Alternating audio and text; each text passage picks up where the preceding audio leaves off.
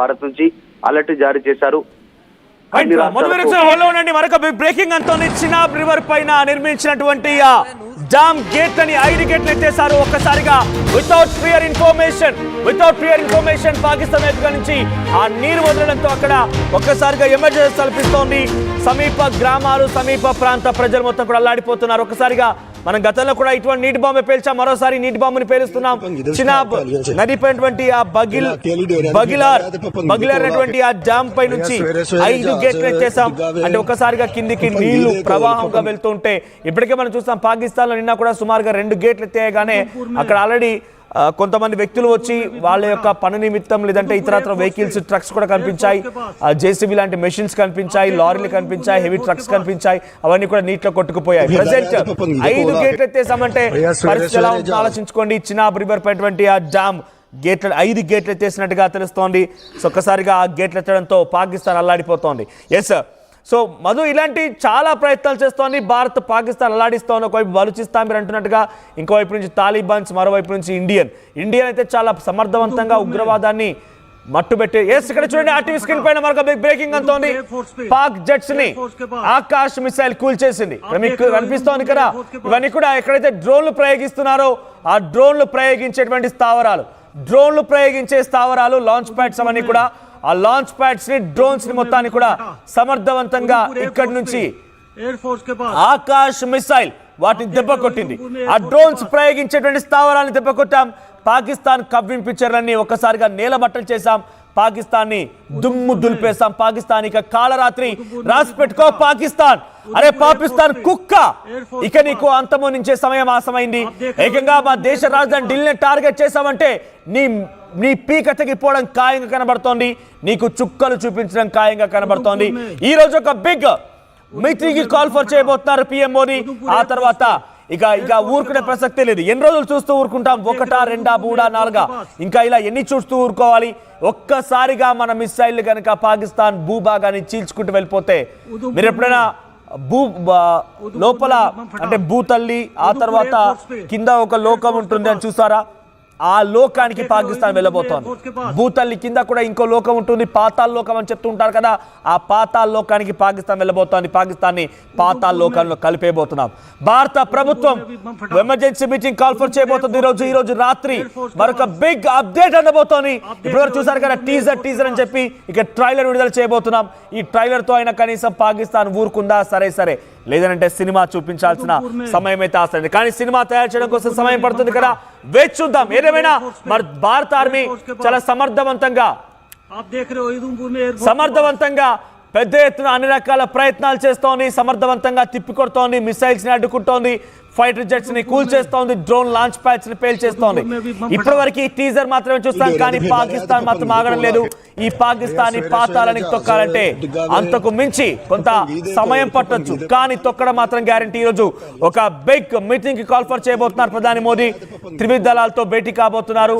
అటు ఎన్ఎస్ఏ అజిత్ దోవల్ కూడా భేటీ కాబోతున్నారు, సిడిఎస్ అధికారులతో భేటీ కాబోతున్నారు. ఈ రోజు మీటింగ్ తర్వాత ఈ రోజు రాత్రికి ఏ క్షణమైనా కూడా అటు భారత్ నుంచి పాకిస్తాన్ వైపుగా లాంగ్ రేంజ్ మిసైల్స్ ప్రయోగించబోతున్నాం. ఇప్పటికే ఆల్రెడీ అన్ని రకాల సంసిద్ధంగా ఉన్నాం, కానీ ప్రెజెంట్ భారత ప్రజల్లో కూడా కొంత ఆందోళన పడే అవకాశం ఉంటుంది. కాబట్టి రాత్రులు ప్రయోగించాలని ఆలోచనతో ఉన్నారా, ఏం జరుగుతుందేమో. కానీ అటువైపు నుంచి ఒక లాంగ్ రేంజ్ మిసైల్ ఢిల్లీ వైపు తీసుకొచ్చిందంటే ఇటువైపు నుంచి ఒకసారి మన బ్రహ్మోస్, అగ్ని, పృథ్వీ ఇటువంటి మిసైల్ కనుక ప్రయోగిస్తే మన దగ్గర ఉన్నటువంటి బ్రహ్మోస్ ని గురించి ఆలోచించండి ఒకసారి. మన దగ్గర బ్రహ్మోస్ ఏకంగా 2000 కిలోమీటర్ల వరకు నీటి నుంచి కానీ, గాల్లో నుంచి కానీ, భూమిపై నుంచి కానీ ఎక్కడి నుంచి ప్రయోగించినా దూసుకెళ్లే శక్తి మన బ్రహ్మోస్ కుంది.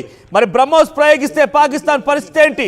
బ్రహ్మోసే కనుక రంగంలోకి దిగితే పాకిస్తాన్ పరిస్థితి ఏంటి ఒకసారి ఆలోచించండి. అటువంటి మిసైల్ని ఈ రోజు రాత్రి ప్రయోగించబోతున్నాం. భారత ఆర్మీ వాటిని సమర్థవంతంగా ప్రయోగించి పాకిస్తాన్ చిత్తు చేయబోతోంది. యుద్ధ విమానాలు సిద్ధంగా ఉన్నాయి, ఫైటర్ జెట్స్ సిద్ధంగా ఉన్నాయి, రఫేల్ యుద్ధ విమానాలు సిద్ధంగా ఉన్నాయి. ఒక్కసారి కనుక Sukhoi 30, MiG-21, MiG-29, Miraz, Tejas ఇటువంటివి ఇంకా రంగంలోకి దిగలేదు. ఇప్పటివరకు కేవలం డ్రోన్లు, హార్పీట్ డ్రోన్లు, ఇజ్రాయెల్ నుంచి ప్రయోగించిన హార్పీట్ డ్రోన్లు, S-400లు ఇవి మాత్రమే మనం చూస్తున్నాం. ఒకసారి కనుక ఈ MiG-21, MiG-29, తేజాస్ ఇవి కనుక రంగంలోకి దిగితే పాకిస్తాన్ని తలుచుకుంటేనే అయ్యో పాకిస్తాన్, అసలు ఒకప్పుడు పాకిస్తాన్ అనే దేశం ఉండేది, భారత్ పైన ఈ రకంగా దాడికి వచ్చేది, పాకిస్తాన్ని భారత ప్రభుత్వం, భారత ఆర్మీ తిప్పికొట్టి నేలమట్టం చేసిందని చెప్పాల్సి వస్తుంది. బహుశా చరిత్రలో ఇక పాకిస్తాన్ అనే పేరే వినిపించకపోవచ్చు. ప్రజెంట్ మీరు ఆర్టీవీ స్క్రీన్ పైన చూస్తున్న దృశ్యాలన్నీ కూడా పాకిస్తాన్లో మన భారత ఆర్మీ నేలమట్టం చేసిన దృశ్యాలు. ఇవన్నీ కూడా భారత ఆర్మీ రావెల్పిండిలోని ప్రాంతాలు నేలమట్టం చేసింది. ఆ తర్వాత రావెల్పిండిలోని ఎయిర్ బేస్ని నేలమట్టం చేసింది. కురీషిలోని ఇక్కడ మరోవైపుగా రఫీకీలోని ఎయిర్ బేస్ని పేల్చేసింది. ఇక మురిద్లోని ఎయిర్ బేస్ని పేల్చేసింది. సో ఈ రకంగా పలు ఎయిర్ బేస్లను ధ్వంసం చేస్తూ భారత ఆర్మీ ముందుకు వెళ్తోంది. సమర్థవంతంగా అటు డిఫెండ్ చేయడంతో పాటుగా వారి దగ్గర ఉన్నటువంటి ఎయిర్ బేస్లను కూడా కూల్చే ప్రయత్నం మన భారత ఆర్మీ చేస్తోంది. అన్ని రకాలుగా భారత ఆర్మీ సంసిద్ధంగా ఉండిపోయి అటువైపు నుంచి ఎటువంటి దాడి జరిగినా సిద్ధంగా ఉన్నామనే మాట మనం మాట్లాడుతుండగా అటు colonel Sofiya Qureshi wing commander Vyomika Singh మాట్లాడారు. ఈ రోజు కూడా మరి కాసేపట్లోనే ఒక బ్రీఫింగ్ ఉండబోతోంది. ఏం జరిగింది, భారత్ వైపు నుంచి పాకిస్తాన్ ఎలా నేలమట్టం చేశాం, పాకిస్తాన్ భారత్ పైన ఎక్కడెక్కడ దాడులు చేసిందో వాళ్ళు బ్రీఫింగ్ ఇచ్చే అవకాశం ఉంది. Surface to air missiles, air to air missiles, surface to surface missiles అన్ని సిద్ధంగా ఉన్నాయి. Anti air base air defence system కూడా సిద్ధంగా ఉన్నాయి. మన వైపు నుంచి ఒక్కోటి ప్రయోగిస్తే కిలోమీటర్ల మేర ఇక్కడ Prithvi air defence surface to air missile ఇది ఒక్కసారి కనుక ప్రయోగించామంటే 2000 కిలోమీటర్లు 2000 కిలోమీటర్ల వరకు పరుగులు పెట్టి ఒక కనురెప్పపాటులోనే పాకిస్తాన్ని పేల్చేయగల సామర్థ్యం ఉన్నది. సో ప్రజెంట్ ఆకాశ్ మిసైల్ని ఉపయోగించి మనం ఎయిర్ డిఫెన్స్ సిస్టాన్ని అటువైపు నుంచి వచ్చే మిసైల్ని దెబ్బ కొడుతున్నాం. అగ్ని, పృథ్వీ, ధనుష్, శౌర్య, ప్రహార్, బ్రహ్మోస్, నిర్భయ్ ఇటువంటి మిసైల్స్ ఉన్నాయి. అటువైపు నుంచి ఫాతే అనేటువంటి ఒక మిసైల్ వచ్చి దేశ రాజధాని ఢిల్లీని టార్గెట్ చేస్తారంటే ఇంకా ఇటువైపు నుంచి మనం ఏం చేయబోతున్నాం అనేది ఊహిస్తేనే కొంత భయానకంగా ఉంది. పాకిస్తాన్ని తలుచుకుంటేనే పాపం పాకిస్తాన్ అనేది ఇక దేశం ప్రపంచ మ్యాప్లో ఉండకపోవచ్చు. ఇక్కడ నేను పాపం అంటున్నానంటే వారిని చూసి జాలి పడుతున్నట్టు కాదు నా ఉద్దేశం. వారిని పాపిస్టి పాకిస్తాన్లు కాబట్టి పాపులు అని చెప్పి మాట్లాడుతున్నాను నేను. పాపిస్టి పాకిస్తాన్ని పాతరేయడం కోసం, అన్ని రకాలుగా పాతాళానికి తొక్కడం కోసం, పాతాళ లోకానికి పంపించడం కోసం భారత ఆర్మీ సిద్ధంగా ఉంది. ఎస్, మరొక బ్రేకింగ్. పాకిస్తాన్లో భూకంపం ఏకంగా భారత్ ప్రయోగించే మిసైళ్లతోనే కాదు, పాకిస్తాన్ని అటు ప్రకృతి కూడా సాగించడం లేదు. పాపిస్టి పాకిస్తానీలని ప్రకృతి కూడా సాగించడం లేదు. 5.0 రెక్టార్ స్కేల్ పైన నమోదవుతూ పాకిస్తాన్లో భూకంపం సంభవించింది.